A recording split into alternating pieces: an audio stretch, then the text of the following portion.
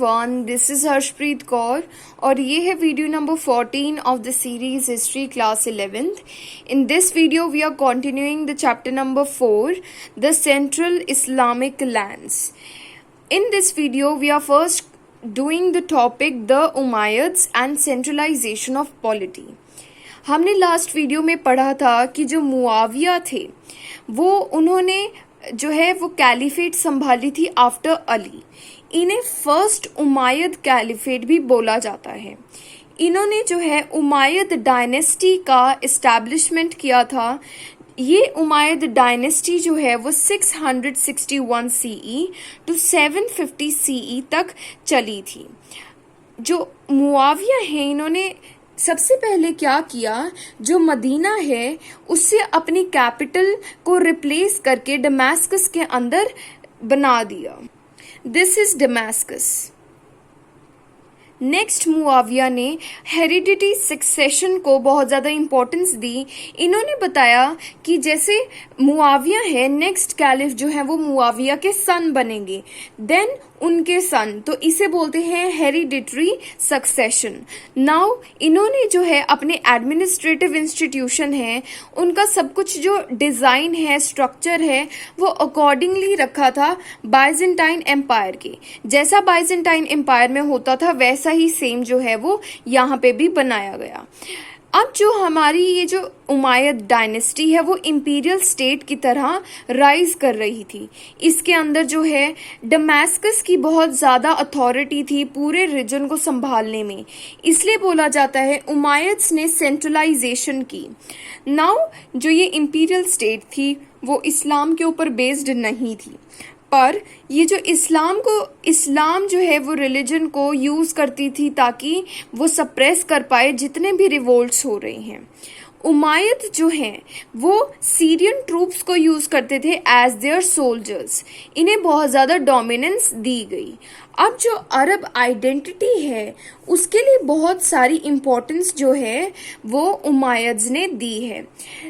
एक जो पर्सन है अब्दुल मलिक, इनके टाइम पीरियड में इन्होंने क्या करा, फर्स्टली अडॉप्शन की अरेबिक की for administrative purposes.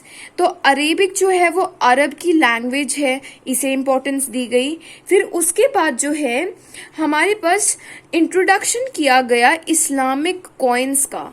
For an example दिनार का जो कि गोल्ड का कॉइन था और दिरहम जो कि सिल्वर का कॉइन था.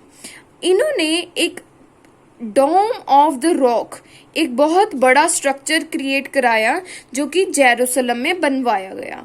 तो इसमें हमें पता चला जो उमायद्स थे उन्होंने अरब्स को बहुत इम्पोर्टेंस दी और मुआविया जो है वो फर्स्ट कैलिफ थे, उमायद कैलिफ थे, और ये जो है इस्लाम को इतनी इम्पोर्टेंस नहीं देते थे और सीरिया के जो ट्रूप्स हैं उन्हें ही जो है ज़्यादा इम्पोर्टेंस देते थे. Now the next topic is the Abbasid revolution. अब इस टॉपिक के अंदर हम पढ़ेंगे कैसे उमायद्स जो हैं उन्हें रिप्लेस करके अब्बासिद्स जो हैं वो डोमिनेंट होने शुरू हो गए. सबसे पहले बताया गया है जो उमायद्स हैं वो नॉन अरब लोगों को सेकंड क्लास मानते थे, उन्हें कम प्रेफरेंस देते थे, इसलिए जो नॉन अरब लोग थे वो उनके अगेंस्ट थे. खुरासान के जो रेजिडेंट्स थे, ये एक सिटी है, यहाँ के जो रेजिडेंट्स थे वो उमायद्स के अगेंस्ट इसलिए थे क्योंकि उमायद्स हमेशा टैक्स कंसेशन के प्रॉमिस करता रहता था.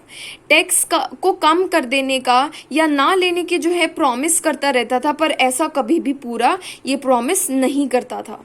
फिर जो अरब सोल्जर्स थे वो उमायद्स के अगेंस्ट थे क्योंकि जो उमायद्स हैं वो सीरियन सोल्जर्स को ही प्रेफरेंस देते थे, अरब सोल्जर्स को नहीं देते थे. अब ये अब्बासिद हैं कौन? अब्बासिद जो हैं वो डिसेंडेंट्स हैं, मतलब अब्बास जो हैं, अब्बास कौन है? अंकल ऑफ प्रॉफिट मोहम्मद के अंकल हैं. इनके जो आगे जो है हमारे पास जनरेशन्स आई उन्हें बोलते हैं डिसेंडेंट्स. अब्बास के बाद जो जनरेशन्स आई उन्हें बोलेंगे डिसेंडेंट्स. तो अब्बासिड्स हैं डिसेंडेंट्स ऑफ अब्बास.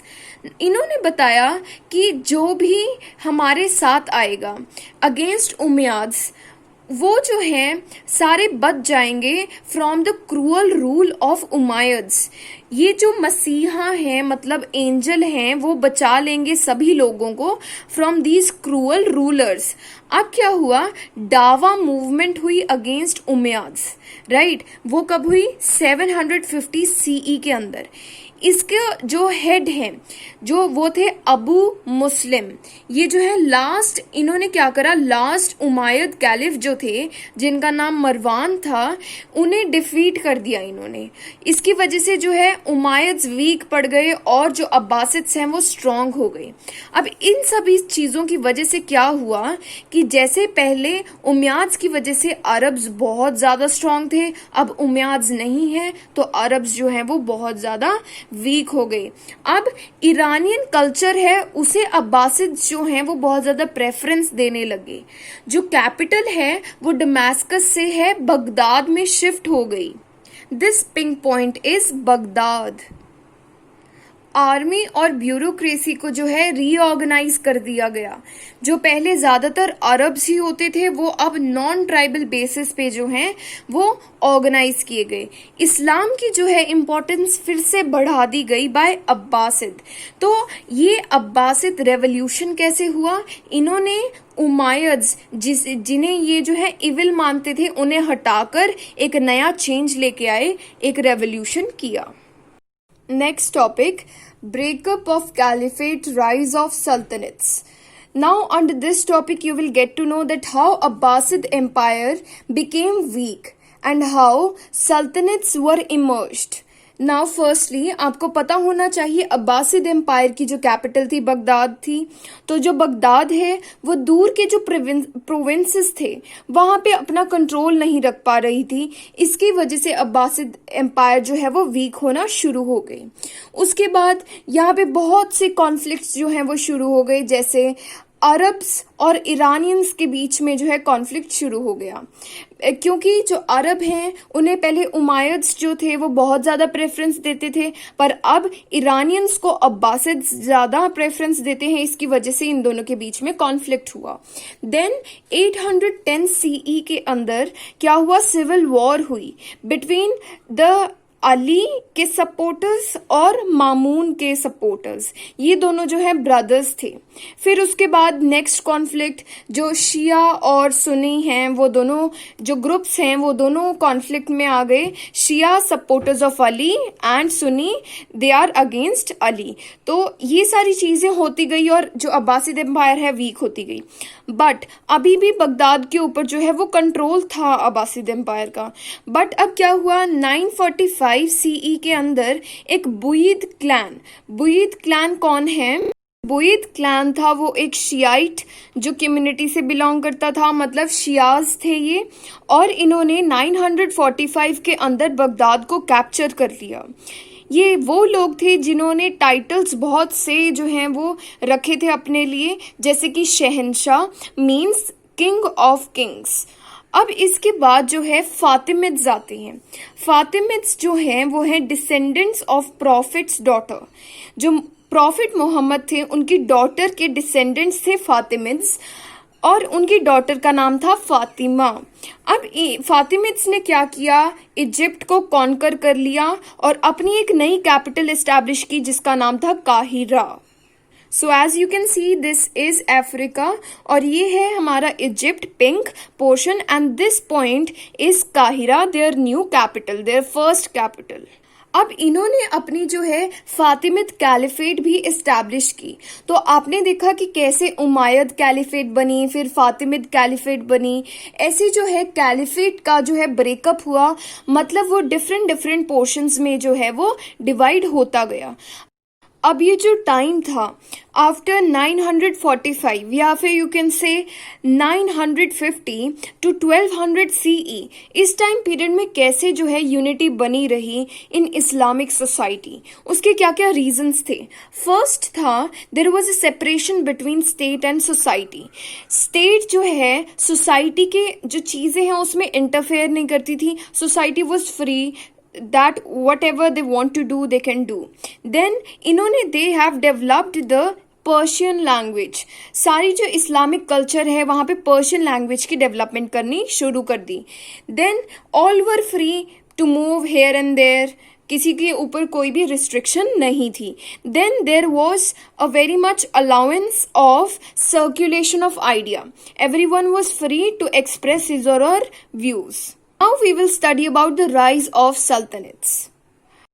अब जो तुर्किश सल्तनट्स हैं वो कैसे अराइज हुई, इनका जो है इमर्जेंस हुआ इन 10th and 11th सेंचुरी। ये जो है लोग तुर्किस्तान से आए, लोगों को टर्क्स बोला जाता था। ये मेनली जो है वॉरियर्स हुआ करते थे, मतलब सोल्जर्स हुआ करते थे।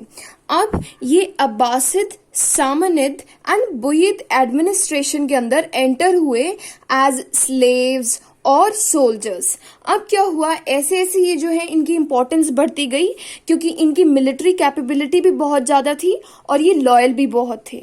इसकी वजह से एक टाइम पे गाजनाविद सल्तनत जो है वो एस्टैब्लिश की गई। ये अल्पदिजिन ने करी थी एस्टैब्लिश, और कंसोलिडेशन मतलब एक्सपेंशन जो है वो महमूद ऑफ गजनी ने की थी। इनका जो सेंटर ऑफ पावर था, जहां से सब कुछ चलता था, सारी एडमिनिस्ट्रेशन चलती थी, वो थी Khorasan and Afghanistan. Now here is Khorasan and this is Afghanistan. इसी तरीके से जो सल्जुक टर्क्स थे वो सोल्जर्स बन के आए इन सामनिद एम्पायर एंड कराखानिद एम्पायर। अब क्या हुआ, ऐसे ऐसे ये जो है स्ट्रांग होते गए, और इनके लीडर्स थे तुगरिल बेग एंड चागरी बेग। तो इन्होंने क्या किया, जब महमूद ऑफ गजनी की जो डेथ हो गई, इसकी वजह से जो इनकी जो गाजनाविद सल्तनत थी वो वीक हो गई। ये जो सलगुज टर्क्स हैं, इन्होंने अटैक किया खुरासान के ऊपर इन 1037 सीई। अब इन्होंने जो है एक नई कैपिटल एस्टैब्लिश की जिसका नाम है Nishapur. This blue point is Nishapur.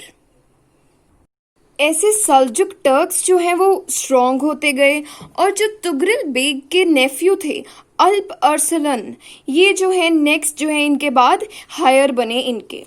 So that is it. It was about the Turkish Sultanate. Hope you liked the video. Please subscribe to my channel. Thank you so much.